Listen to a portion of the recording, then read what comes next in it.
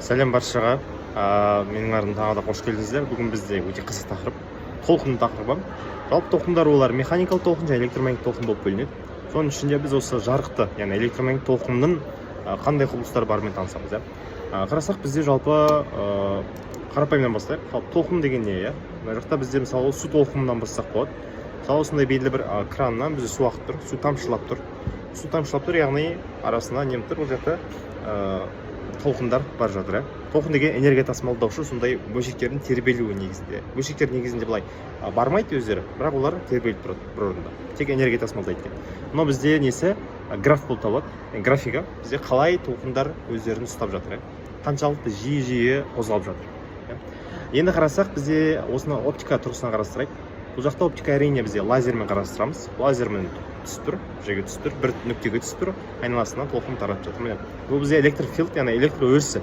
Электр өрісінің қаншалықты тербеліп жатырғандығын көрсете аламыз. Негізі электромагнит толқын деп айтамыз, бірақ көбіне электр өрісін ғана айтамыз, себебі ол атомдармен байланысқа түсе алады. Ал магнит өрісі атомдармен байланысқа онша түсе алмайды. Күші аз. Сондықтан біз электр өрісін көбіне айтып жатамыз. Электр өрісінің қуаттылығы біздің мына жарығымыздың қуатын сездіреді. Енді қарасақ, бізде осындай толқындар бар. Және бізде нені ғой, экранды ғой. Экранды көрсек жап-жасыл болып тұр. Ешқандай немес, қара жолақтар жоқ. Интерференция құбылысы бұл жерде пока жоқ. Енді интерференция құбылысына келсек, интерференция деген қандай құбылыс? Ол екі бірдей толқыны, яғни монохроматты деп айтады. Монохромат деген ол бірдей жиілікте. Мына қараса екеуі де жасыл.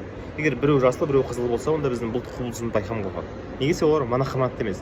Монохроматты яғни бір түсті болу керек, бір толқын ұзындығында. И қарасақ, олардың фазасы бірдей болу керек, яғни когерентті немесе когерентті толқын болу керек. Бұлар қабаттасып жатқанда біз мына жаққа скринді қоятын болсақ, яғни экранды, біз байқаймыз, олардың арасында қара жолақтар пайда болып жатыр екен. Қара жолақтар пайда болып жатыр. Бұл неге? Бұлай, жалпы толқын тербелгенде, мысалы егер толқынның төбесі мен бірінші толқын төбесі мен екінші толқын төбесі сәйкес келгенде не болады?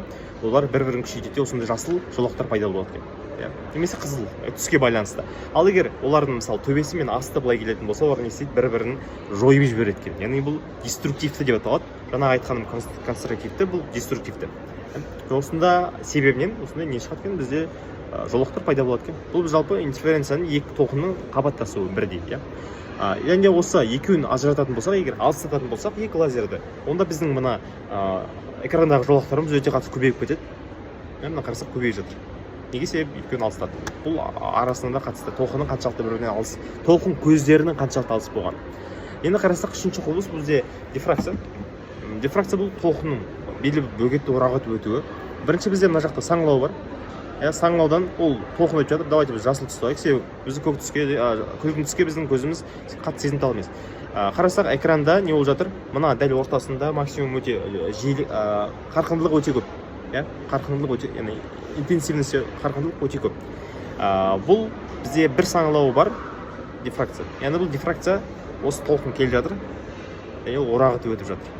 Егер біз мына толқын ұзындығы сол толқын саңылаудың арасындағы арақашықтықтан өте кішкентай болса, ғана орындалады. Ал үлкен болса, онда не болады? Мысалы, арасын алыстатып көрейік. Онда бізде дифракция құбылысы байқалмай қалады екен. Қарасақ, байқалу өте қиын болады бұны. Және бұлай жақындататын болсақ, толқын көзіне осылай жақындатсақ, дифракцияның байқалуы, бұл яғни бұл жазық толқын сияқты болып кетеді екен. Қарасақ, бұл зе ортасында орталық максимум деп аталады. Енді қарасақ, дифракцияны бізде мынадан көрсек болады. Бұл жерде бізге осылай не жібереміз? Анау бізде тесік бар. Біз тесіктің несін диаметр қаншалықты үлкейткен сайын біздің мына экрандағы суретіміз соншалықты кішірейе береді. Бұл да бір спектроскопияда кристалдарды зерттеуде не керек? Пайдаға асатын құрал екен.